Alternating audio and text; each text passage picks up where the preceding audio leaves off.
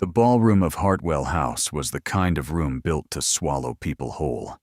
3 stories of vaulted ceiling, chandeliers that dripped wax onto the marble like slow rain, a staircase wide enough for 6 women in court dress to descend abreast. Tonight only one descended, and the orchestra forgot how to play. Marius Crenshaw stood at the edge of the dance floor with a glass of claret going warm in his hand, and for the second time in his life, he could not breathe in her presence. The first time had been the morning he told her she was ordinary. He watched her come down the staircase. He watched the way the room watched her. He watched her. Only her. The woman who had once been his wife. She wore black. Not the black of mourning. This was a black that moved. Silk so dark it drank the candlelight and gave nothing back. A single rope of pearls fell past her waist and swung when she walked, as if she had decided that diamonds were what other women wore. Her hair was darker than he remembered and pinned with a coronet, and the coronet was the part he could not stop looking at, because she had not been entitled to wear one when he had known her. A footman announced her in a voice trained to carry. Her Grace, the Duchess of Ashbourne. Marius felt the words go through him, the way a sword goes through a man who has not yet realized he is dead. Duchess of Ashbourne.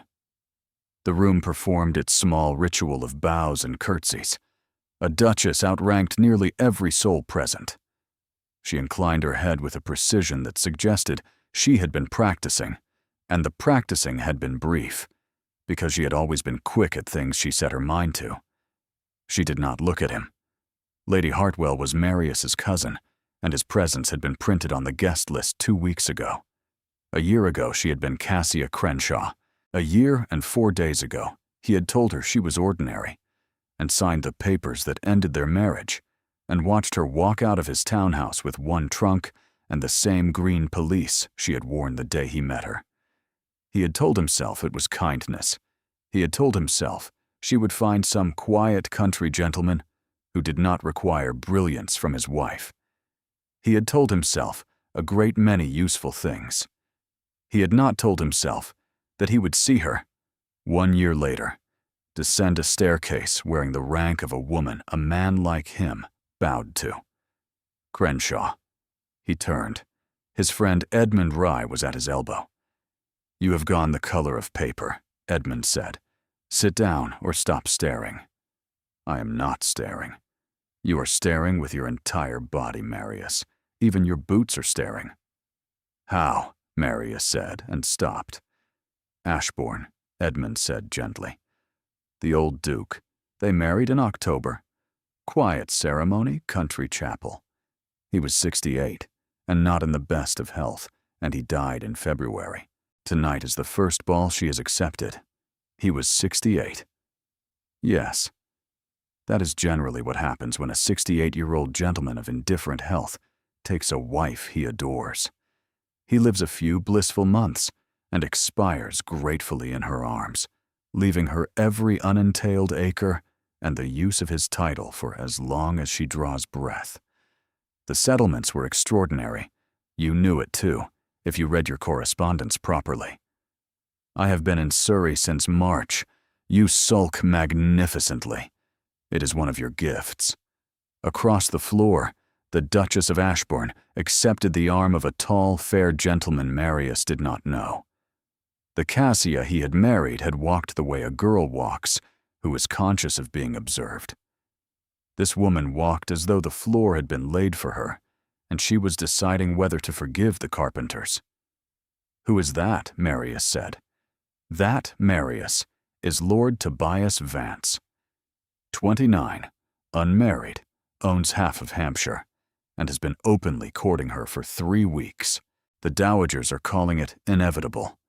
She is in mourning. Half mourning.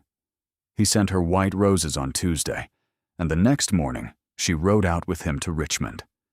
She has not said yes. She has not said no. She is letting the season look at her, which is the most powerful thing an unattached titled widow can do. Marius set the claret on a passing tray. He did not trust himself to hold a glass. I should leave. You should not, Edmund said. If you leave now, every soul in this room will mark it. And by tomorrow morning, the only story being told over breakfast in London is that the man who divorced Cassia Crenshaw for being ordinary fled the room when she walked into it as a duchess. Stay. Bow when she passes. Drink water, not wine. Endure. It was the worst advice he had ever been given, and the only correct advice in the room. He stayed. He stood with Edmund. He greeted his cousin. He drank water. He thought about every word he had ever spoken to Cassia in the 4 years of their marriage, and he wondered which of them she had remembered hardest, and he was very nearly certain he knew the answer. Then a woman touched his sleeve. Mr. Crenshaw, a small, sharp old woman in violet, was looking up at him with the kind of expression cats wear when they have come across something interesting and broken. Lady Brearley, he said, bowing. Tell me, are you acquainted with the new Duchess of Ashbourne? I have had that honor. Recently. Some time ago. She knew. Of course she knew. Lady Brearley had been at his wedding. Lady Brearley had once told Cassia at one of his dinners that her gown was a charming color for a woman of her complexion, in a tone that had made Cassia leave the table early. I believe the Duchess is coming this way. He did not turn. The room had told him already. My lady, said a voice behind him. And the voice was Cassia's. And it wasn't Cassia's, because the Cassia he had married would have softened the syllables. This voice was not making anything ordinary. Your Grace. Lady Brearley sank into a curtsy deep enough to please a princess. You are very kind to receive me. I am told you and my late husband were old friends. The dearest. The very dearest. And, Your Grace, may I present, that is, I believe you may already be acquainted with Mr. Marius Crenshaw. Then she did look at him. Her eyes had not changed. They had gone deeper, perhaps, the way a river is quieter when it has cut a deeper channel. They held him exactly the way a stranger's eyes held him.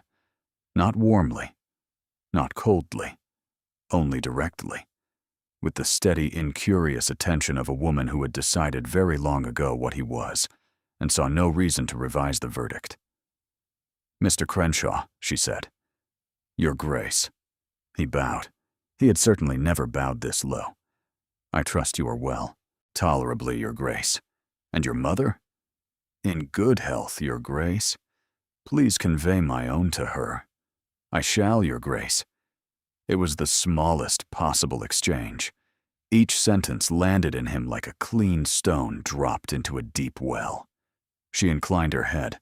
The Duchess of Ashbourne moved past him, and the rope of pearls swung once at her hip, and he caught the faintest scent of something woodier than the perfume she had worn as his wife, a scent that belonged to a woman who had her own house and her own life. He stood very still. She is even more remarkable than I had been led to believe, Lady Brearley said mildly. You look quite struck. Forgive me, I should fetch my cousin. He went. Not toward his cousin, toward the doors that led to the long gallery, where the air was cooler. He let himself through and stood for a moment with his hand against the cold panel of it, breathing carefully, the way a man breathes who has been struck in the diaphragm. Tolerably, Your Grace. He had said it like a stranger at a regimental dinner, because there was no other word a man could say to a woman who had once loved him and now looked at him as one looks at a footman whose face is not unfamiliar. He had divorced her in March of last year. The reasons he had given the lawyer had been clean and respectable. Incompatibility, mutual desire to dissolve, generous settlement, which she had refused because she had said, very quietly, that she did not wish to take his money. He had insisted. She had taken what her own father had given her and walked out. The reason he had given her, in the morning room on the day, had not been clean. He had said, "You are an ordinary woman, Cassia. I had thought when I married you that there was something more in you, but there is not. You are kind. You are well-behaved. You are pleasant in a parlor. You are nothing else. And I cannot live the rest of my life with nothing else." He had said it because he had been in a state of cold panic at the prospect of his own life and had wanted someone to blame for it. He had said it because the woman his mother had begun to praise that month, a Lady Henrietta Marchwood, had been everything Cassia was not, witty and titled and acid-tongued. He had said it because he had been very stupid. He had said it, and she had not cried. She had said, very level, "All right, Marius, if that is what I am to you, then we should not be married. Send the papers. I shall sign them." She had signed them within the week. She had been gone within the fortnight. And 6 months later, by means he had not troubled to learn, she had become the wife of the Duke of Ashbourne, a man whose name Marius had not even known her to know. A door at the far end of the gallery opened. Lord Tobias Vance had a hand at the Duchess's elbow, in the loose way of a man who has the right and chooses not to overuse it. They were laughing about something. She was laughing. She had not laughed when she spoke to Marius. She saw Marius. He saw her see him. Lord Tobias inclined his head pleasantly. He murmured something to the Duchess. They turned and walked the other direction along the gallery, their backs to him, the long rope of pearls swinging at her hip with every step. A door at the far end opened and closed. Marius was alone with the portraits. He pressed the heel of his hand against the paneled wall and closed his eyes, and said, very quietly, into the empty gallery, "What have I done?" The gallery did not answer. It did not need to. He did not sleep. He returned to his rooms in St. James's at 2:30, and watched the fire die in the grate. By 8, he was at his desk, reading correspondence the way a man reads testimony at his own trial. The Ashbourne announcement was there, folded into a society sheet from October. The bride was a Miss Cassia Holt, daughter of the late Reverend Edward Holt of Barrowmere. Marius read the paragraph 3 times. Holt. She had taken her father's name back. He had not even known her father was dead. There was a letter from his mother dated last week. He read it and put it down. His mother had told him, all that long winter before the divorce, that Cassia was a sweet girl but a small one, that a man of his name was meant for larger air, that the Marchwood girl was a finer match. He folded the letter and placed it under a paperweight. At 11, he rang for a horse. He took it south through the park and rode without seeing anything until he was on Park Lane, and then he turned the horse north again, because he had, without meaning to, begun riding in the direction of Ashbourne House on Grosvenor Square. He rode past it. The gates were open. A traveling carriage stood in the forecourt, with a coronet on the door panel. Footmen were carrying out trunks. A maid was settling a small gray dog into a basket on the box. The Duchess of Ashbourne came down the front steps in a green pelisse. He pulled his horse up so sharply that the gelding shied. It was not the same green pelisse.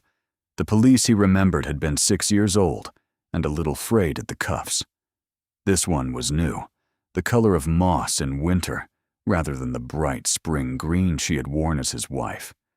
But the choice of color, in a woman who could now dress in any shade of black silk in London, was a deliberate, particular green. She was leaving town. The trunks were too many for an afternoon call. She was going to Ashbourne Court. She was going to retire from the season she had only just consented to enter. She was going because of him. She did not see him. She climbed into the carriage. The coachman cracked the reins.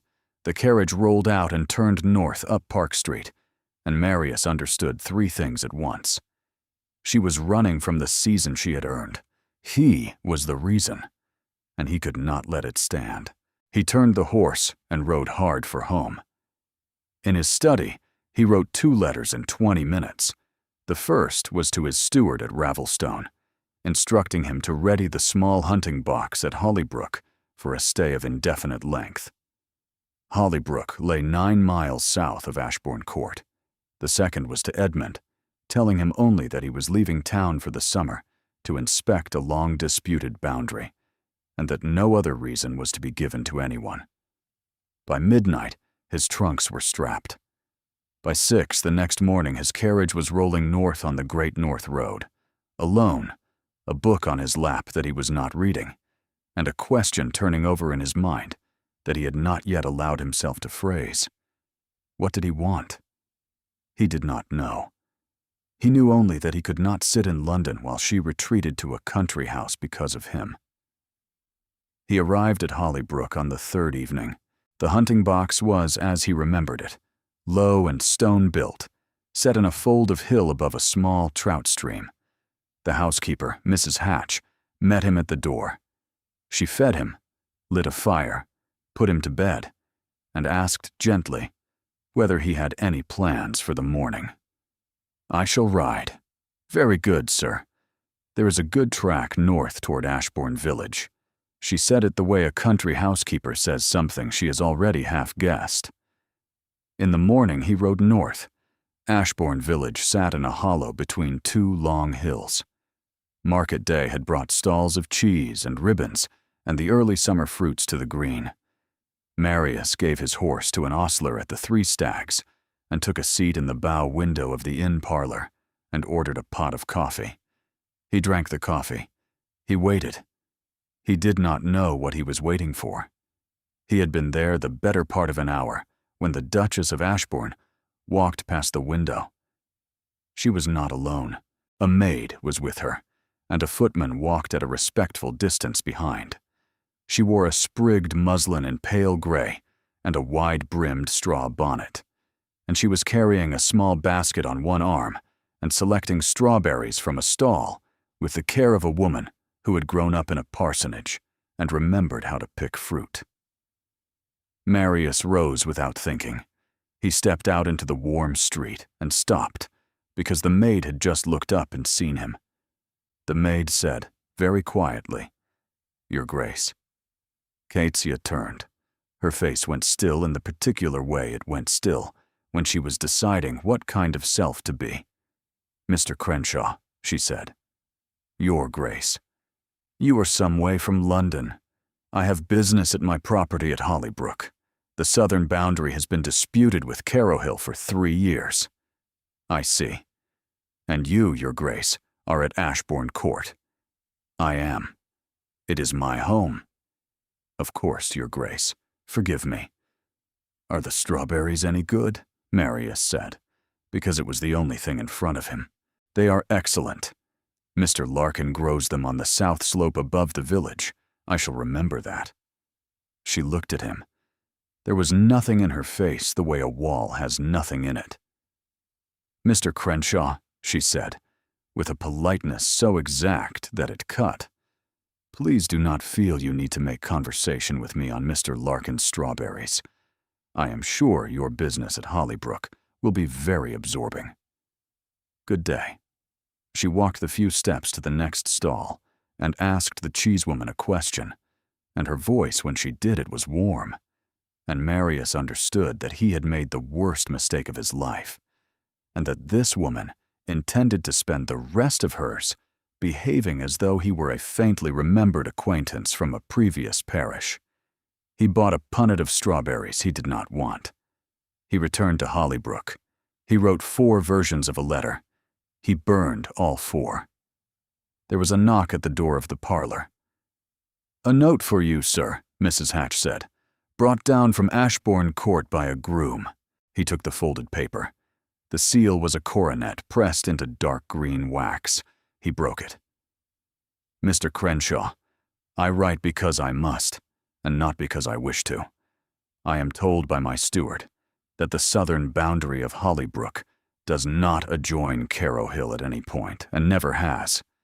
The Carrowhill dispute, which I remember you spoke of once at supper in the 2nd year of our marriage, concerns the eastern boundary of your estate at Ravelstone, which lies in Berkshire and not in this county at all. I write because if you intend to remain in this country and continue to give that as your reason, the village will be laughing at you within the week, and I would not wish to be the cause of your humiliation. Please choose a better lie, or the truth. Cassia, Duchess of Ashbourne. He read it 3 times. He laughed once, short and rough, and then he put his face into his hands, because she had remembered the supper. She had carried that memory into her widowhood, and she had used it now, with surgical precision, to inform him that he was a poor liar, and that she had been paying attention all along. He picked up his pen. He wrote, "Your Grace, the truth, then." He did not finish the letter that night, but by morning he had begun. He did not send it for 2 days. The first version was a confession so complete that to send it would be to throw himself at her feet. He burned it. The second was so smooth it was the sort of letter Lady Brearley wrote. He burned that too. The third said only that he had come north because she had left London on the morning after the Hartwell ball, and he had known he was the cause, and he could not let it stand. That he had not come to ask anything, that if she wished him to leave the county, he would leave it the next day. He sealed it. He sent it in the morning. The reply came at 4 in the afternoon. "Mr. Crenshaw, stay if you wish. I will not chase a man out of his own hunting box. But understand that if our paths cross in the village or on a public road, I shall greet you as I would any acquaintance of slight standing, and I shall expect from you the same restraint. The assembly at Ashbourne Village Hall on Saturday next is open to all gentlefolk of the neighborhood. I shall be present. If you mean to stay in this country, you will be invited. C. Ashbourne. He read it 3 times. The words "I shall be present" did the same thing to him each time. She was telling him she would not flee her own neighborhood to spare him discomfort. She was telling him she would be at the assembly, because he would have heard about it within the week, and because she did not wish him to discover it by accident. She was being kind to him. That was perhaps the worst thing in the letter. He went to the assembly. The assembly was held in the long upper room of the 3 Stags, hung with fresh green branches and lit with a great many candles in tin sconces. The room held perhaps 80 people, most of them tenants of Ashbourne and the small gentry, including Sir Augustus Plummer with his 3 unmarried daughters, and a few officers from the militia regiment quartered at Marlcombe. Marius arrived early. He had spent an hour over his cravat. He had decided 3 times to go and 3 times to stay home. He was greeted at the door by Mr. Denning, the local magistrate. "Mr. Crenshaw of Hollybrook, is it? We are most glad. Her Grace has not yet arrived." He took a glass of weak punch. He found a place along the wall. She came in at 8:30. She wore lavender, the silk so pale it looked silver in the candlelight. Around her throat, she wore the same long string of pearls she had worn at Hartwell House. She entered alone. She crossed the floor on her own feet, without any gentleman's arm. She greeted Sir Augustus Plummer. She greeted the colonel of militia. She greeted the vicar. And only after all of this did she allow her eyes to find Marius across the room. He bowed. She inclined her head the precise distance she had inclined it in the Hartwell ballroom, and looked away. And the arrangement had been brutal in its honoring, because it had told the room that she knew him, and the room would observe that she had not stopped to speak. A country dance was forming. Mr. Denning led her into it. He watched her dance with Mr. Denning. He watched her dance with the colonel of militia. He watched her decline, very gracefully, the request of a young ensign. She came toward the bench on which he was sitting. She was coming to sit by the youngest Miss Plummer, 15, and too young for the regimental officers, and too old to be elsewhere. "Miss Cordelia, are you not dancing?" "I am only 15, Your Grace. Then you are at the perfect age to watch. Tell me, who is the gentleman in the green coat? He is a Mr. Halloway, your grace. He is a curate. He is in love with my sister Persephone, but she does not know it yet. Does she not? Mama says she is not to know it until he has a living. Your mama is wise. Look, he is asking her for the next dance. Watch his face when she accepts. There. Did you see it? He went pink, your grace. He did. That is how a man looks when he is in love and badly out of his depth. Remember the face, Miss Cordelia. You will see it again, on better men, in better rooms, and you will know what it means. The girl laughed. Marius could hear every word. The Duchess of Ashbourne had seated herself there because the kindness of it cost her nothing. She had once spent an entire dinner at his mother's house, drawing out the silent governess at the foot of the table, and his mother had said afterward that it was unbecoming to lavish so much attention on a paid woman. And Cassia had said, very mildly, that she had liked the paid woman better than most of the other guests. He had not, at the time, defended her. He had not even noticed that she should have been defended. He sat on the bench 5 feet from his former wife and closed his eyes for a moment, because there was nowhere in the assembly room to look that did not cause him pain. When he opened them, a tall, fair gentleman had come into the room, very late, in traveling dress. It was Lord Tobias Vance. The Duchess saw him. Her face did not change in the way a face changes for joy. It changed in the way a face changes when a known and pleasant arrival is registered. She rose and crossed the floor to meet him, and he took her hand and bowed over it and said audibly, "Forgive me, your grace. The Bath Road is a disgrace. I had said I would come, and I will not be a man who breaks his word for the sake of a wheel. You have ridden the last stage. 7 miles, your grace, on a hired horse. Mr. Denning will forgive your boots if you stand him a glass of his own punch." He laughed. She laughed. The room laughed with them. Marius watched Vance lead the Duchess onto the floor, watched the way Vance looked at her, which was the way a man looked at a woman he had decided to marry, and which Marius recognized because he had once looked at her that way himself, in a smaller assembly room, in better years. He set the punch glass down. He did not leave. Toward the end of the evening, he stepped out into the inn-yard for air. A door opened behind him. Out of it came Lord Tobias Vance, alone, fastening a glove. When the lantern light fell across Marius's face, his expression went through 3 swift, well-bred adjustments and arrived at a polite blank. "Mr. Crenshaw, is it not?" "It is." "Vance, Lord Tobias Vance.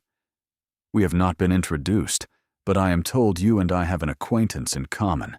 He said it the way a duelist says good morning. "The acquaintance," Marius said, "is no longer mine. She is a duchess and a stranger to me by her own right and decision." "That is correctly put, sir. May I ask you a question? Are you here in this county on her account?" "I am. Does she know that?" "She knows. I told her in writing on Thursday. I was told you, and she had been parted for over a year, and that the parting was at your insistence, and that the unkindness of it was famous in town. It was. Then you have come a long way, Mr. Crenshaw, on a thin road. I am aware. I shall tell you something. Her Grace has not asked me to make her an offer. I had thought until tonight that the question was a settled one, and it was only a matter of patience. I see now that her hesitation may have to do with a man in a country coat standing in an inn-yard. I do not intend to give her up easily, but neither do I intend to win her by stealth or against her will. I will be here as long as she allows it, on the assumption that any answer she eventually gives me will be the answer she chose. Good night to you, sir." He bowed, mounted his hired horse, and was gone. Marius stood with his back to the wall. His hands were shaking. Vance had said, with a courtesy that drew blood without spilling it, that he intended to win the woman if she would have him, and that he would not allow the contest to be tilted by Marius's existence. It had been the cleanest thing anyone had said to Marius in 12 months. He went back into the assembly room. Cassia was on the floor again. Vance had not returned. The Duchess of Ashbourne did not look at Marius again that evening. He went home at midnight in the gig. He sat on the edge of the bed in his clothes for a long time, and then he went to the writing desk. He did not write to Cassia. He wrote to his mother, "Madam, I am at Hollybrook for the summer. I shall not return to town.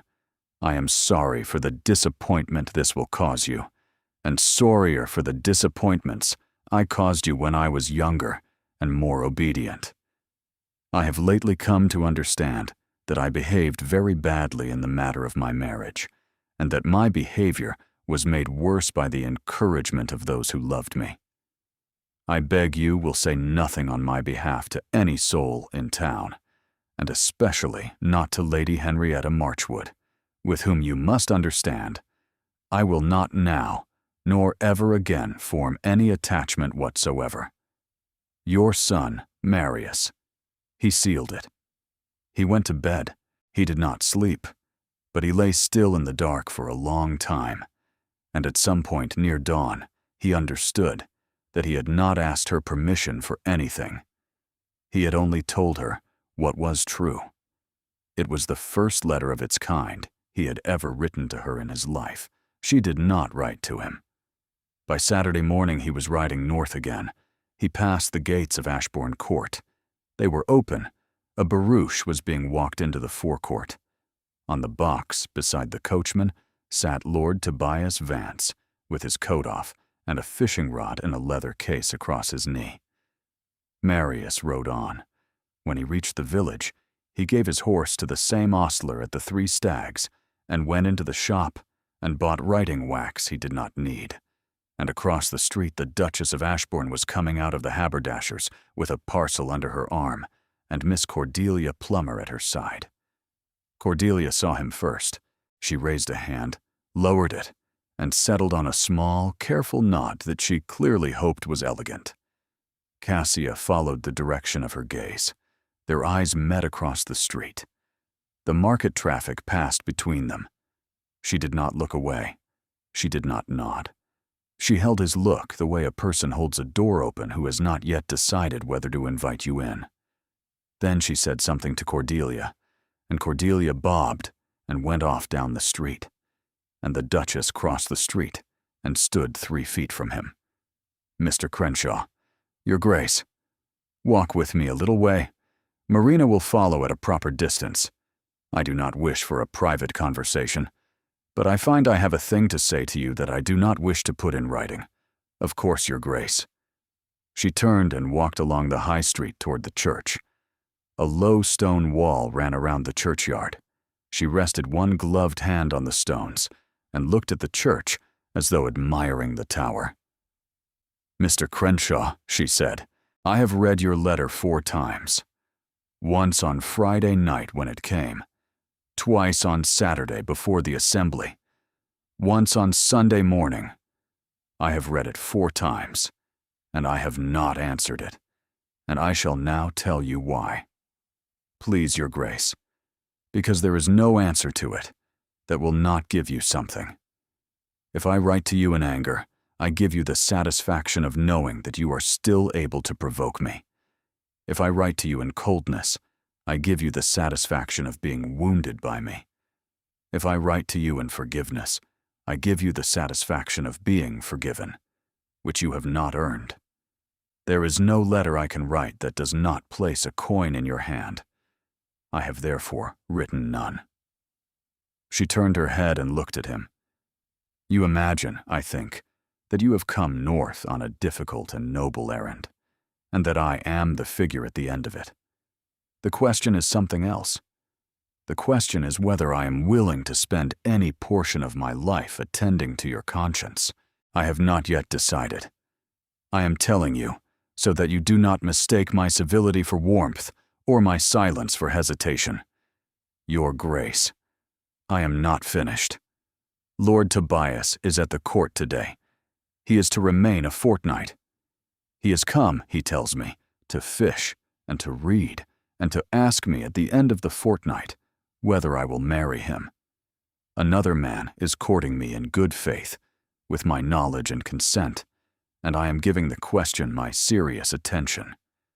You and Lord Tobias are not engaged in the same enterprise.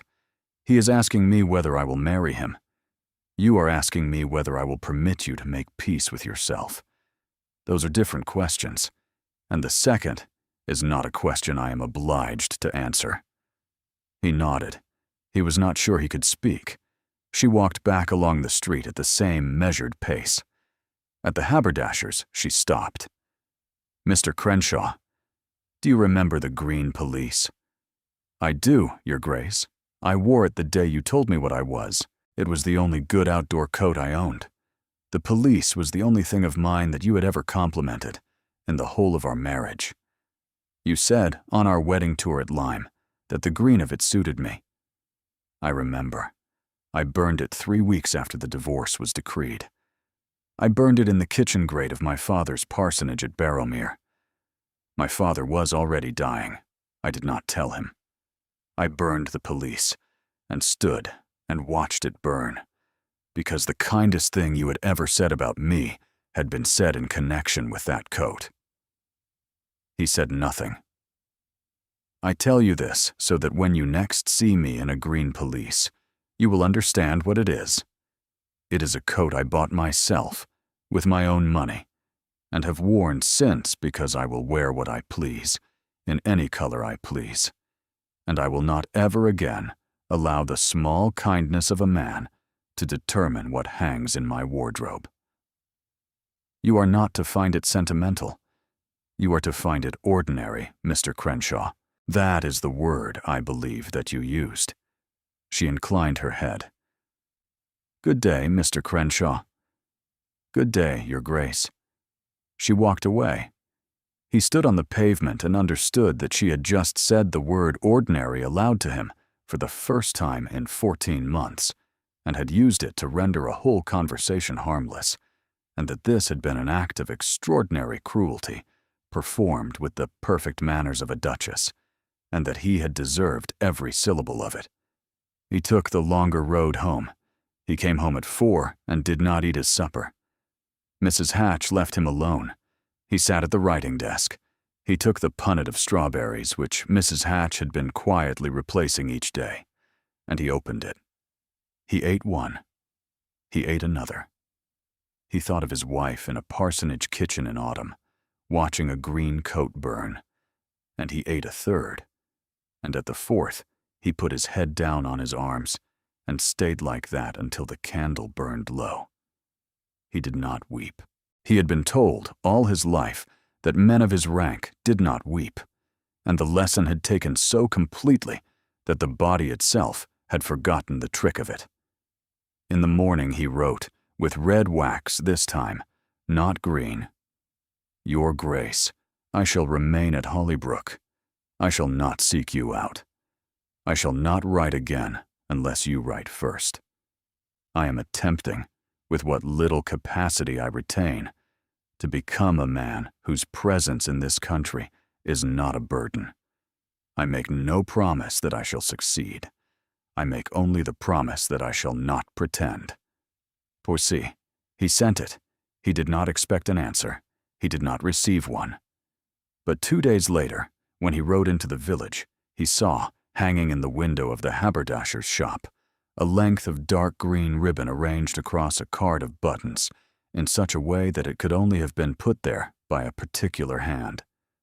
He stood and looked at the ribbon for a long time. He did not buy it. He was not entitled to it. It was an acknowledgment, not of forgiveness, not of warmth, only of the fact that he had said a true thing, and she had received it. The fortnight of Lord Tobias Vance's visit began that evening. Marius did not see Vance for 4 days. He had set himself rules. He would not ride past the court. He would not enter the village on Wednesdays. He would attend church on Sundays. Mr. Denning, kindly and incurious, mentioned during a chance meeting in the lane that her Grace had not seemed quite herself since the assembly, but was no doubt much restored by the company of Lord Tobias.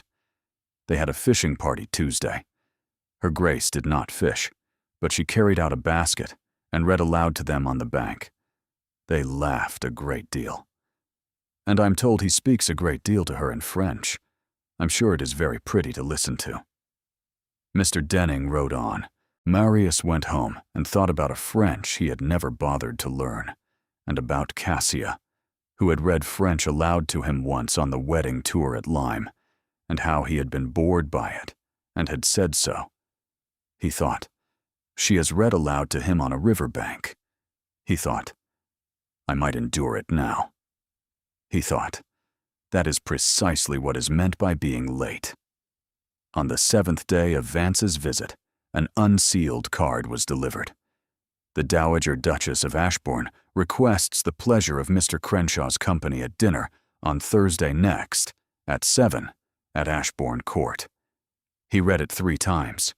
He wrote on his own card, Mr. Crenshaw is honored by Her Grace's invitation and accepts with thanks. He arrived on Thursday at 5 minutes before 7.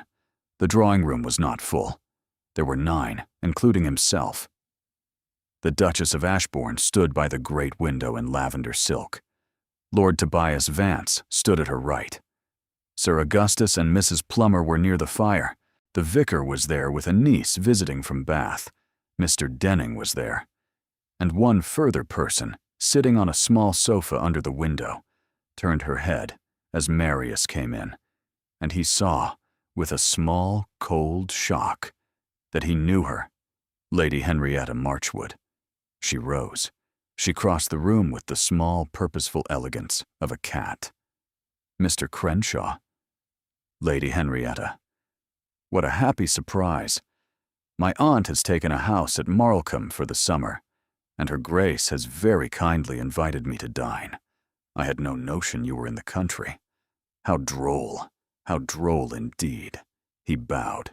He kept his face under such severe control that he was surprised it did not crack.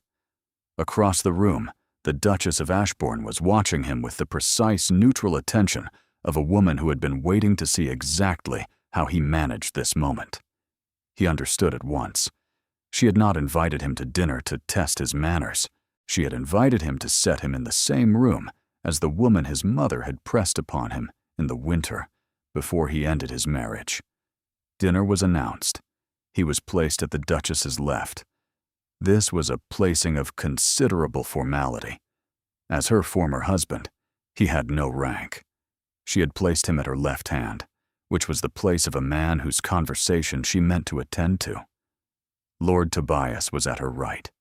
Lady Henrietta was 3 places down, separated from him by the vicar's niece, but well within earshot. The first remove was clear soup.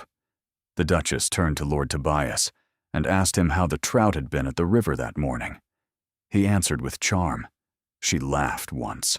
She turned to her left. Mr. Crenshaw, you have not been to the river yourself. I have not, Your Grace. I have not in some years held a rod. My late husband was a great fisherman. He left me a library on the subject. You are welcome, if it would interest you, to borrow from it. Your Grace is very kind. I am not kind. I am only tidy, and the books would otherwise sit unread. Lord Tobias smiled into his soup. Lady Henrietta, 3 places down, having now understood the lay of the land, said something in a tone clearly meant to draw Marius's ear. It is so curious how a country dinner brings together such an unlikely assembly. I had not seen Mr. Crenshaw since last autumn. I had imagined him still at Ravelstone with his mother. She wrote to my aunt only last week, and made no mention of his being north. Marius said, without turning his head, My mother does not always know my movements, Lady Henrietta. I shall write and tell her where you are. She will be delighted. She speaks so often of you. There was a small, particular pause. The Duchess of Ashbourne lifted her wineglass. Lady Henrietta, you will of course write to whom you please. I would only observe that Mr. Crenshaw is at present a guest in my house, and I would prefer that the contents of any letters you write from this address concern matters other than his whereabouts. If you wish to write to your aunt, the desk in the small library has paper and seals and is at your disposal." She set the glass down.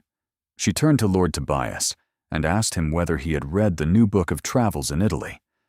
The table, after a microscopic adjustment, talked of the new book of travels in Italy. Lady Henrietta's color rose by a precise degree.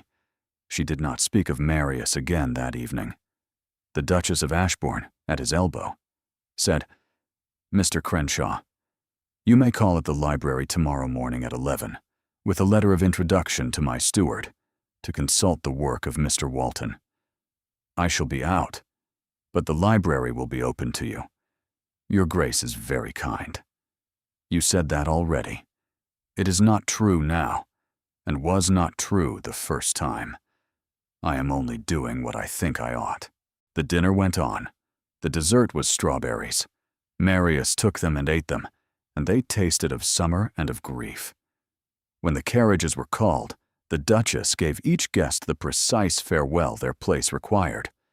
To Lady Henrietta, a measured curtsy and a single line, "I do hope your aunt's headaches improve." Lady Henrietta curtsied in return and was gone. To Lord Tobias, who lingered, a smile that was warm but not private.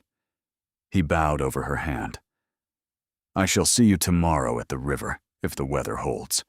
It will hold, my lord." The Duchess crossed the room. She came to where Marius stood by the door. "Mr. Crenshaw, thank you for coming. Your Grace honors me. I shall not say it has been a pleasure. It has not. But I am glad you came. I had a thing to learn, and I have learned it. May I ask what?" "You may not." Her eyes held him for a beat. There was no ice in them. There was no warmth either, only a steady looking, as though she had set down some heavy thing she had been carrying. "Good night, Mr. Crenshaw." He bowed. He went out. He rode home down the long drive in starlight, and his hands were shaking, because he had survived an evening engineered by a woman who knew him better than he had known himself, to show him what he had once chosen and what it would have made of him. At some hour past midnight, he understood that his wife had not been ordinary at 24 either, when he had married her. She had been exactly the woman he had seen at the head of the table tonight, and he had not had the eyes to see her. The next day at 11, he rode to the court. Marina led him through 2 corridors to the small library, lit by tall windows that opened onto the flagged terrace and the sunken garden beyond. The room was honey-paneled and cool. A tea tray had been set with 2 cups. "Mr. Walton is on the second shelf from the top, in the bay nearest the window, sir. Her Grace marked the volume she thought you would find most useful with a length of ribbon." "Thank you." She withdrew. He went to the bay nearest the window. The volume she had marked was not, in fact, Mr. Walton. It was Madame de Sévigné. The ribbon was dark green. He stood with his hand on the spine of the book for a long time. He took it down and carried it to a chair by the window. The flyleaf had an inscription: "To my dear Cassia on her 17th birthday. Read and grow merry. Edward Holt, her father." The ribbon marked a letter. He read it. It was a letter from Madame de Sévigné to her daughter, in which the writer described, with the most careful tenderness and the most scathing self-irony, having survived a slight delivered by a man she had loved a long time ago, and having understood in the surviving of it that the slight had not, in the end, been about her at all. She had not been a small woman. The man had been a small man. The rest of the letter was a description of a garden in autumn. Marius read it 3 times. He closed the book. She had marked it with green ribbon and left it on a shelf in a library to which she had given a man permission to come, knowing with the exactness of an arrow that he would find it. It was not a forgiveness. It was an instruction. I am Madame de Sévigné. You are the small man. The work has been done. When he opened his eyes, she was at the door. You found it, she said. Yes, Your Grace. I had thought I would not be here. I changed my mind. I did not wish to lie to you about a thing as small as a morning. Your Grace. Did you read it? I did. 3 times. Good. She came further into the room. She went to the window and looked out at a gardener weeding a bed. My father gave me that book on the morning of my 17th birthday, because I had, at 14, become the kind of girl who corrected his French in the margins. I read the letter you found at 16 and didn't understand it. I read it again at 24 and understood part of it. I read it again at 27 in the parsonage kitchen where I burned the green police, and I understood the rest. I left it for you because I am tired of carrying the lesson of it alone. Cassia. It came out before he could stop it. She turned her head. Mr. Crenshaw, you will please not address me by my Christian name. I am the Duchess of Ashbourne. I am Cassia to my friends, of whom you are not one. Your Grace, I beg your pardon. Granted, on this occasion. She turned back to the window. I shall tell you something you have not earned. Lord Tobias has asked me this morning to give him my answer earlier than the agreed fortnight. He wishes to know whether I will marry him. His heart began to do something it had not done in a year. I have told him I will give him my answer by Sunday. I tell you, because I do not wish you to learn it by post or by gossip. I am giving you a courtesy I would not have given the man I divorced. Your Grace, I am not telling you this to ask your opinion. I shall give my answer to Lord Tobias on Sunday afternoon at 4, by which point I shall not have been influenced by anything you have said or might say. Do you understand? I understand. Then you will close the book, and you will go home, and you will not write to me, and you will not call here, and you will not appear at Sunday morning service this week, because I shall be at it. Yes, Your Grace, you will give me Sunday. I will give you Sunday. Thank you. She turned to the door. She paused. Mr. Crenshaw, I do not wish you to imagine that I have asked for Sunday, because I am afraid of what your presence would do. I have asked for Sunday because I have respect for the choice I am about to make, and I will not have it touched. I do. Good day, Mr. Crenshaw. She went out. He sat for a long time with the small old volume of letters in his lap, and he thought that on Sunday afternoon at 4, the Duchess of Ashbourne might say yes to Lord Tobias Vance, and would marry him in the autumn, and would never speak Marius's name again. He thought also that she might say no. He could not tell which possibility was the more terrible. He went home. A letter was on his desk. It was from his mother. My dearest Marius, I have your letter. I shall reply briefly and finally. I shall not write to Lady Henrietta. You may handle that yourself if you have a man's courage. I shall, however, observe that you have been in the country less than 4 weeks and have already begun to write like a man losing his footing. I beg you, as your mother, to come home before the country undoes you altogether. Your devoted mother. He picked up his pen. He took a fresh sheet. He wrote, Madam, the woman I discarded has not ruined me. I have ruined myself, and she has consented to assist me in observing the wreckage. I am grateful to her for it. I shall not return to Ravelstone before September. I shall under no condition visit Lady Henrietta or her family, and you shall not write to me again on the subject of either, since the next such letter I shall return unopened. Your son, Marius. He sealed it. He gave it to Mrs. Hatch to send. 3 days. He went to the desk and pulled toward him a sheet of plain paper. Cassia, he wrote, if you choose him on Sunday, I shall be glad of it for your sake, and shall leave this country in the morning. If you choose otherwise, I shall not presume to say what I shall do, because I no longer believe I am the man best placed to know. I write only to say that I have understood, finally, the thing you have been telling me since Hartwell House. You were never the ordinary one. I was. The whole of my life I was. And the marriage to you was the single unordinary thing I had in it, and I did not have the eyes to see it. I have those eyes now. They are no use to me, since you have gone. But I have them. You gave them to me, although you did not mean to, and I shall keep them whatever you decide. Yours, although I am not. Marius. He folded it. He did not seal it.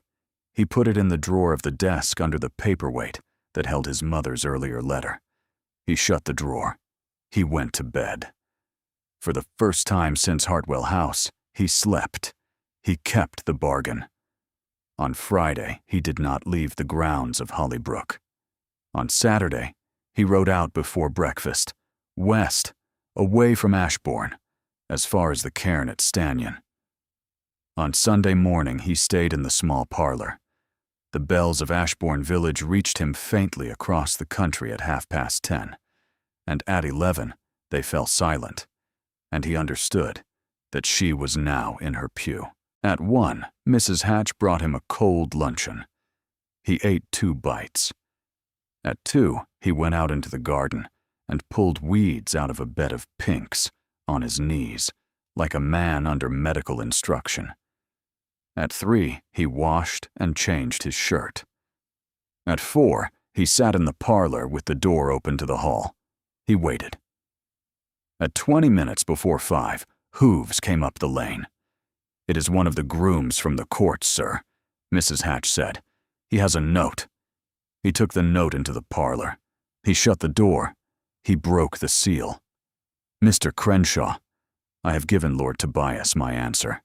He has accepted it with a grace which does him very great credit, and he has left the court for Marlcombe, from where I understand he intends to depart for London in the morning. He is, by his own account and mine, a free man and a friend of mine. I have not married him. I shall not marry him. I do not write to tell you why. The why of it concerns me and not you, and I shall keep it. If you wish to call at the court tomorrow morning at 11, I shall receive you in the small library. You will not write back to this note. You will only come, or you will only not come. C. Ashbourne." He read it 3 times. The words "I have not married him" came out of his mouth in a voice he did not recognize. He went out into the hall. "Mrs. Hatch, tell the groom I send my thanks, and shall not trouble him with a reply.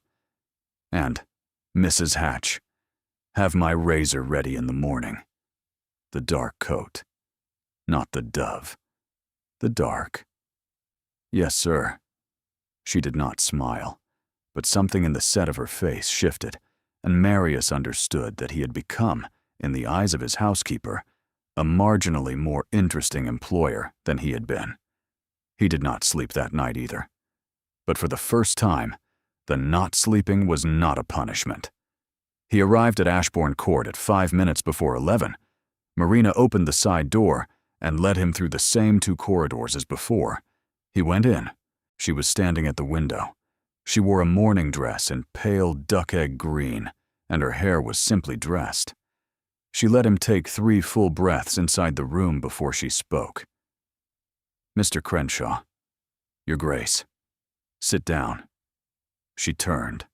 There was something different about her face this morning. The carefulness was gone. She had set down the public Duchess at the door, and what was left was a woman of 28 in a green morning dress who had once been his wife and had since become something larger. She sat opposite him.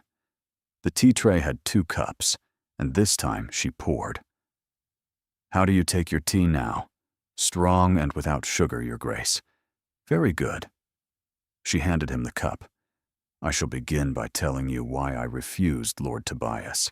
I refused him because I did not love him, and because I wasn't prepared to enter a second marriage on any terms less than that. He is a fine man. He will marry well, and probably soon, and he will be happy. Yes, Your Grace.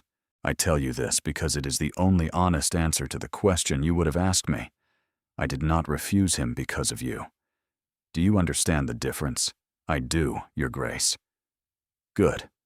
Now I shall tell you why I asked you here.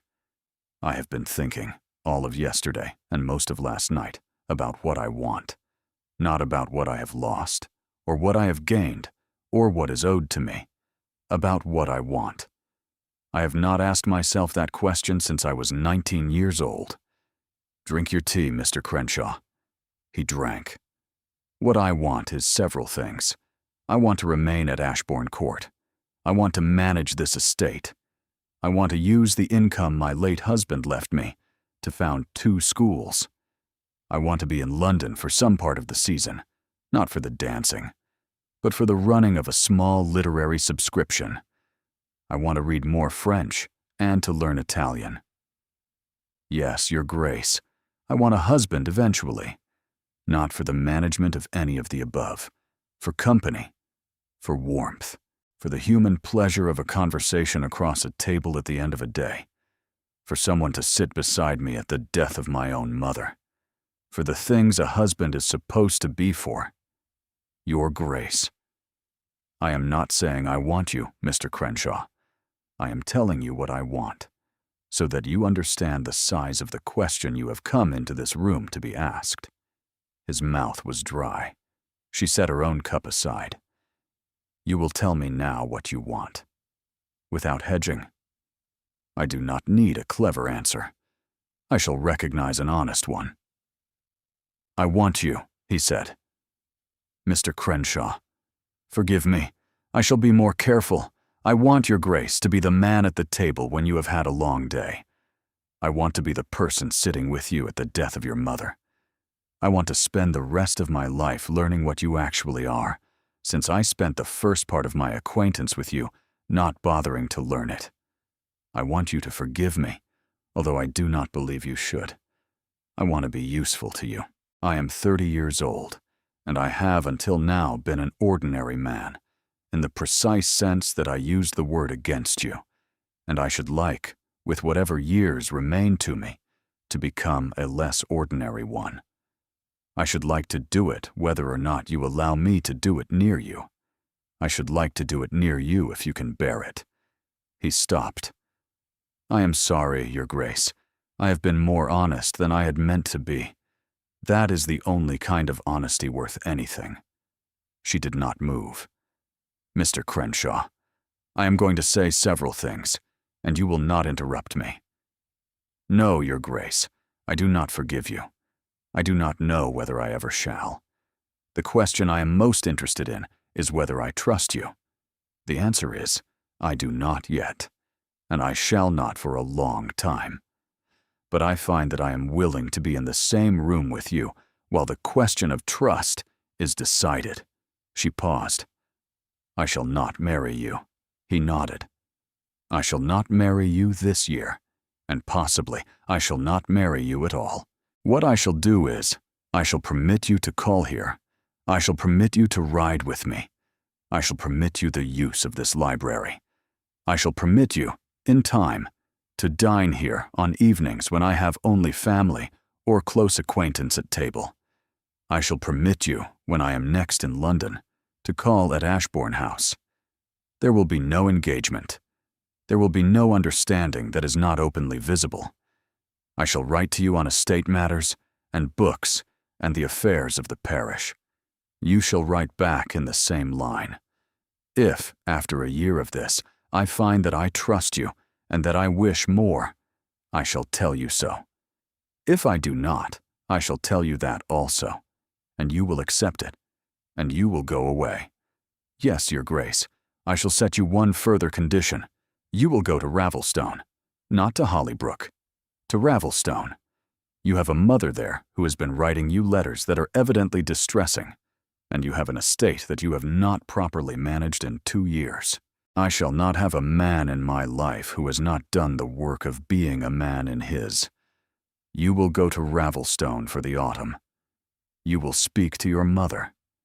You will, if necessary, request that she remove to the dower house. You will see to the estate. You will write to me of these things. I shall come to you in November and inspect. Yes, Your Grace. You agree to this? I agree. Then we have the thing arranged. She lifted her cup. She drank. He did the same. You may write to me from Ravelstone when you are settled. Not before. I shall not answer at once. Do not be alarmed by silences. I am, you may have noticed, a deliberate correspondent. I have noticed. She rose. He rose. Mr. Crenshaw, you may say one further thing if you wish. After that, you will go. Your Grace, I am not going to apologize to you again. I have apologized, and you have the apology, and 1,000 more would not weigh more than the one. I am going to say only this. The morning I told you what I told you, I did not believe what I said. I said it because I was a coward, and because my mother had been telling me to say it for 6 months, and I had been too tired to fight her. I told you afterwards that I had meant it, because to tell you I had not meant it would have been to require you to forgive me, and I knew even then I did not deserve to be forgiven. I did not mean it. I have never meant it. You are not ordinary. You were never ordinary. You were the most extraordinary woman of my acquaintance from the first afternoon I met you, and I knew it then, and I forgot it, and I shall not forget it again. She stood very still. For a moment, only a moment, he thought he saw, in the corner of her mouth, the smallest movement of a thing she did not allow to come further forward. Then she said, in the level voice he had now grown used to, "Thank you, Mr. Crenshaw. Go to Ravelstone." "Yes, Your Grace." He bowed. He went. In the corridor, Marina was waiting. At the door, she said, almost too softly to be heard, "Safe journey, sir." And she closed the door behind him. He did not go back to Hollybrook by the lane. He took the longer road. He left for Ravelstone 3 mornings later. He arrived on the Saturday evening. His mother was in the small parlor with her companion, Miss Meredith Vale. His mother rose when he came in. "Marius." "Madam." "Miss Vale. I think you may take your work into the small dining room for the half-hour. Marius and I have things to say to one another."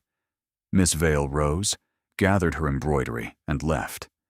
His mother looked, he thought, smaller than he remembered. "Tell me," she said. "Madam, I have decided that I shall manage this estate myself for the autumn and the winter, and as long thereafter as is required. I shall not return to London for the autumn season. I shall not, at any time, court Lady Henrietta Marchwood, and you will not write to her or her aunt on the subject of myself again. Marius, I have not finished. You may continue to live at Ravelstone for as long as you wish, on the condition that you do not interfere again, by letter or by speech or by agency of any third party, in the conduct of my private life. If you find this condition impossible to keep, I shall have the dower house at Bramley made ready for you. I prefer the first arrangement. I shall accept the second if I must. But I shall not accept any longer the arrangement in which we have lived since my father died, in which I am the master of this house in title, and you are the master of this house in fact." She did not speak at once. He had thought she would weep. She did not. She sat very still and looked at him with the expression of a woman who has just heard, in the voice of her son, the voice of her late husband. "Where this is coming from," she said at last. "From me, madam. It is a year overdue. 2, perhaps. Do not assign it to anyone else. It is from her. It is from me. Marius, I have been your only ally in this house for 15 years. I have managed the staff. I have kept the books. I have paid the tradesmen. I have done it because you would not. I am not condemning you for it, madam. I am ending it. And the woman. There is no arrangement. There is a permission. She has permitted me to call upon her in November when she comes to inspect the estate. She has not promised to marry me. She has told me she will probably not. I have accepted this. Probably not. Yes. And you have come home to manage the estate on the strength of a probably not. I have come home because the estate is mine and ought to have been managed by me for 10 years. I would have come home whether or not she had said what she said. Her decision will only tell me whether the life I have decided to lead will contain her or not. Either way, the life will be led. His mother was silent for a long time. Then she said, very quietly, I shall take Bramley. Madam, do not look surprised. I have lived 64 years in this country, and I know when a man is no longer to be governed. I shall remove there before the end of the month. You will visit me at Bramley on Sundays for tea. We shall in time recover something. I am too old to be told twice. Madam, do not thank me, Marius. I have only ceased to take what is yours. She rose. She came to him. She put her hand, briefly, on his cheek. It was the first time in his memory that she had touched his face. You are very like your father this evening. She left the room. He stood for some time looking at the door, and then he sat down and put his face in his hands. Not from grief, but from the simple physical exhaustion of having said the thing he had owed his own house for 10 years. He understood that he had been training for this conversation in the company of the Duchess of Ashbourne for the whole of the past month. He picked up the pen on his mother's writing table and wrote, Your Grace, I am at Ravelstone. My mother removes to Bramley before the end of the month by her own decision. I have spent the morning with my steward, who told me, with the politeness of a man who had been waiting to say it, that the South Meadow drainage has been failing for some years. I shall attend to it. I shall not write again until there is something specific to say. I tell you only that the work has begun. Yours, in obedience to the terms, Monsieur Crenshaw. He sealed it. He sent it. He went to bed. He slept. In the morning, he rose at 6. He sent for his steward. He began. The summer at Ravelstone did its work on him slowly, with no person to congratulate him on any single hour of it. He drained the South Meadow. It took 6 weeks and a fight with a neighboring farmer over the line of a ditch, which Marius won by walking the line himself with the tenant of 40 years' standing and a measuring chain. He went over the books with the steward, item by item, for 9 evenings in a row. He wrote to her once a fortnight. He kept the letters short. He wrote of the meadow, of a tenant's wife brought to bed of twins, of a horse that had foundered, of a book his steward's son had lent him on Roman draining. He did not write of his feelings. She wrote back. Not at once. Not always within a fortnight. But she wrote. Her letters were slightly longer than his. She wrote of her schools, of the Italian master she had engaged, of a copyhold dispute settled in her favor, of a hawk she had seen take a partridge at the end of August. She wrote in the voice of a competent mistress of an estate to a competent master of one, and the voice of it was the most extraordinary courtesy she could be paying him. In October, Lady Henrietta Marchwood became engaged to a Mr. Carstairs of Wiltshire, 20 years her senior, well off, and a widower. Marius felt nothing in particular. His mother came to dine at Ravelstone on the 2nd Sunday of November. They did not speak of Cassia. At the end of the evening, as he handed her into the carriage, she said very briefly, She is a remarkable woman. I have, I think, owed her an apology for some time, although I shall not be making it. I shall only say to you that I see now what I didn't see before, and I am sorry for it. She closed the carriage door herself. She came on the 17th of November. The traveling carriage with the coronet on the door panel turned in at the gates of Ravelstone at 3:30. The footman handed her down. "Mr. Crenshaw, Your Grace, you have done something to the door. The hinges had dropped, Your Grace. They are properly set now. It opens straight." "It does. That is the smallest visible improvement of an estate I have ever been shown. I find I am pleased by it." She came in. She went over the house with him at her own pace.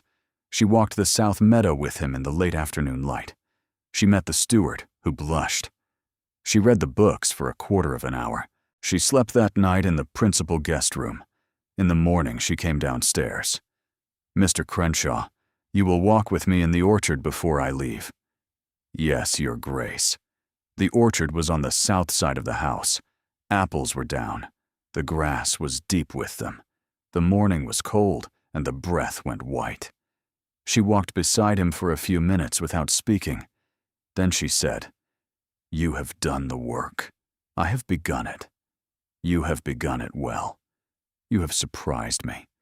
I had given the matter, at the start, perhaps a 1 in 3 chance. You have come up to my expectations. You have not exceeded them, but you have come up to them, which is more than most men in your position would have done. Your Grace, I am going to ask you a question. You will answer it once, and you will not embellish." "Yes, Your Grace. Do you wish to marry me?" He stopped walking. She stopped too. "Yes, Your Grace, on the terms I shall set, which will require you to accept that this estate and Ashbourne Court will both continue to exist, that I shall be away from you for portions of every year, that I shall not change my name, that the children, if there are children, will be raised in the country and not in town, and that my schools and my subscription and my Italian master and my own peculiar habits will not be reduced for the convenience of any husband. Yes, Your Grace, you accept these terms. I accept them. You do not wish to negotiate any of them." "No, Your Grace." "Why?" "Because they are reasonable, and because I should be a fool to alter what you have spent a year arranging, and because the only thing I want is to be near you on whatever terms you set, and the terms you set are gentler than the terms I deserve." She looked at him. For the first time since the Hartwell ball, since Grosvenor Square, since the strawberry stall, since the assembly, since the dinner, since the small library, she smiled. It was small. It was brief. But it was a smile, and it was for him. "Mr. Crenshaw, Your Grace, I shall marry you in the spring. Quietly. At Ashbourne, in the chapel. We shall not announce it before March. On my side, the schoolmistresses I have appointed, and the steward, and Mrs. Lydiard, and Marina. On your side, your mother, and Mr. Rye, and any tenant or servant of yours you wish to bring. Your Grace, you will not call me that after the wedding. You will call me Cassia. You will earn the right by repetition. You will stumble over it for a month, and I shall not correct you." "Yes, Cassia. Not yet, Mr. Crenshaw. No, Your Grace." She turned. She walked on. The apples crunched under their boots. At the end of the orchard, she stopped again. "One thing more. You will never use the word ordinary in my hearing again. Not of me. Not of any other woman. Not of yourself. The word is finished between us. I understand." "Good." She turned for the house. The carriage was being brought round. At the front step, before she got into the carriage, she said, "You will tell Mr. Rye that I send my regards, and that I shall expect him at the wedding, and that he is not, on any account, to be quoted in any newspaper concerning any aspect of my private life from this moment forward. I shall tell him, Your Grace." She allowed the footman to hand her in. She did not look back from the carriage window. The carriage rolled out under the hinges of the gate, which had been straightened in October, and turned for the high road, and was gone. Marius stood on the step. He was not crying. He was not laughing. He was standing. He thought, with the steady, quiet clarity that had been growing in him for months, that he had been given a thing he had not earned, and could perhaps, by working for the rest of his life, deserve a little. He went inside. He wrote 3 letters. One to Mr. Ray, one to his mother, one to his steward. He went to bed at 10. He slept. They were married in the spring, at Ashbourne, in the chapel at the end of the long corridor. It was a small wedding. The schoolmistresses came. The steward came. Mrs. Lydiard came in her best black silk, although the bride had asked her to please wear any other color, and Mrs. Lydiard had said, very politely, that she had not owned a dress that was not black for 19 years, and that she did not propose to begin at her age. Marina came. Mr. Rye came up from London with a wedding gift of a set of silver engraved with the wrong initials. The bridegroom's mother came. She wore lavender, which Cassia took, correctly, to be a small private signal across the chapel. The bride wore a pale gray silk and her late husband's pearls. She walked herself up the aisle of her own chapel, on her own feet. The vicar performed the service. The vows were the conventional ones, with one small adjustment which the bride had insisted upon. In place of the word obey, the bride had asked for the word attend. Cassia had said, I will attend. Marius had said, in a voice that did not quite shake, I will attend. The vicar had said, Amen. In the evening, when the small party had dispersed, Marius and Cassia walked out into the sunken garden. They sat on the stone bench under the apple tree. She did not speak for some time. Then she said, Marius. Yes. Do you remember the morning at Hartwell House, when the footman announced me at the bottom of the staircase? I remember, Cassia. I had been told by my late husband's nephew that I would have to be announced by my title, since the late Duke had insisted upon it in his will. I had not wished to be announced at all. I came down those stairs telling myself with every step, you are no Duchess. You are Cassia Holt, of the parsonage at Barrowmere, and you do not deserve this title. And then a footman said the words, and the room bowed to me, and I thought, I have no idea what I am, but they appear to think I am something. You found out. I found out in the long gallery, when you came in behind me, and said, tolerably, Your Grace, that I was not in fact going to be exposed, because the man whose opinion of me had been the loudest opinion of my life had become, in the course of one evening, a man I no longer required the opinion of. And I thought, walking on Lord Tobias's arm down the gallery away from you, that I had perhaps, for the first time in my life, the makings of a person of my own. He was silent. I tell you this because I want you to understand a thing, on this evening of all evenings. I did not become a duchess in order to be the woman you could not touch. I became one by accident, and by the kindness of an old man who was lonelier than he was ill. The fact that I was the duchess you could not touch was, when I came down those stairs, a coincidence. By the end of the gallery, it was a useful instrument. By the time I came north, it was a habit. By the time you came to call me Cassia again at the apple tree this morning, it had become only a story, and a small one. And the story I am living now is a better one. Cassia. Yes, I shall spend the rest of my life trying to be the man you mean to live the better story with. I know you shall. That is why I have allowed it. She put her hand on his. After a while, she said, very quietly, I have something to give you. She drew from her reticule a folded square of paper. He recognized the hand on the outside. It was his. It was the letter he had written in the small parlor at Hollybrook on the night he had been told to give her Sunday, and which he had folded and put in the drawer, and which he had meant to retrieve and burn before leaving for Ravelstone, and which, in the rush of departure, he had forgotten.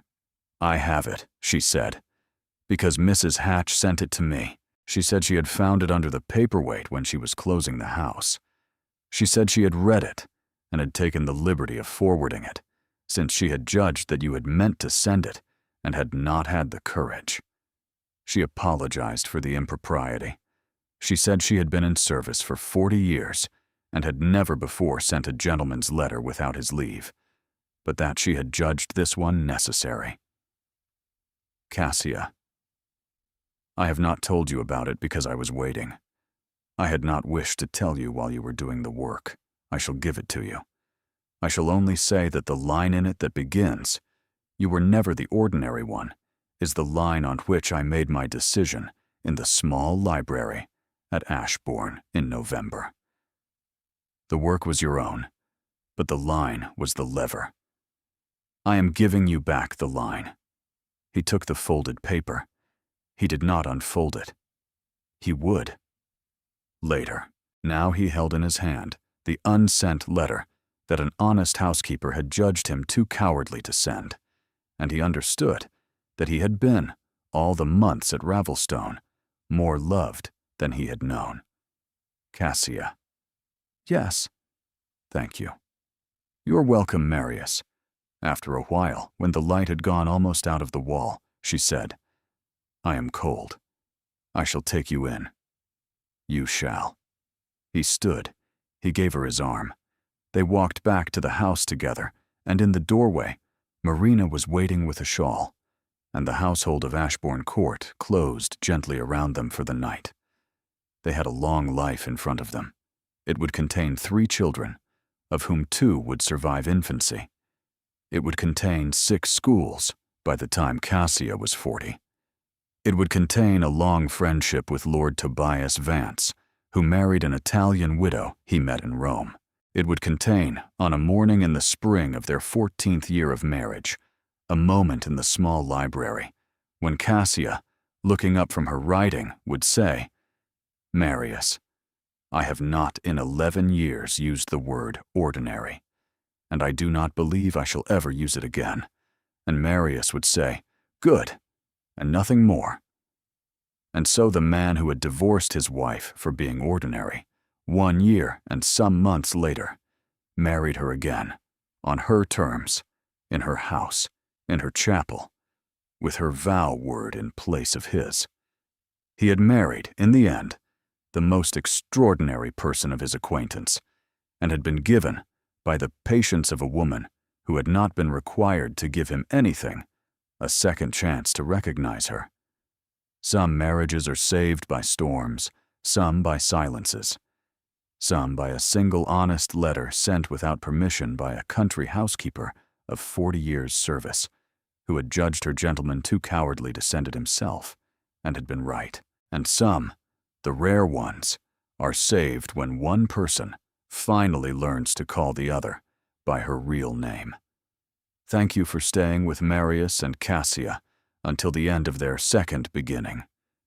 Their story began with a man who could not see what he had, and ended with a woman who decided, on her own terms, what was worth being seen. If you found yourself somewhere in this story, in the silence of an unsent letter, in the green of a coat once burned, in the small hard work of becoming the person you wish you had been, then this story was, in some way, also yours. If you have not yet subscribed, please do, and ring the bell, because there are more stories waiting, more ordinary people learning that the people they once dismissed were never ordinary at all. Thank you for being here. You are the reason these stories are told.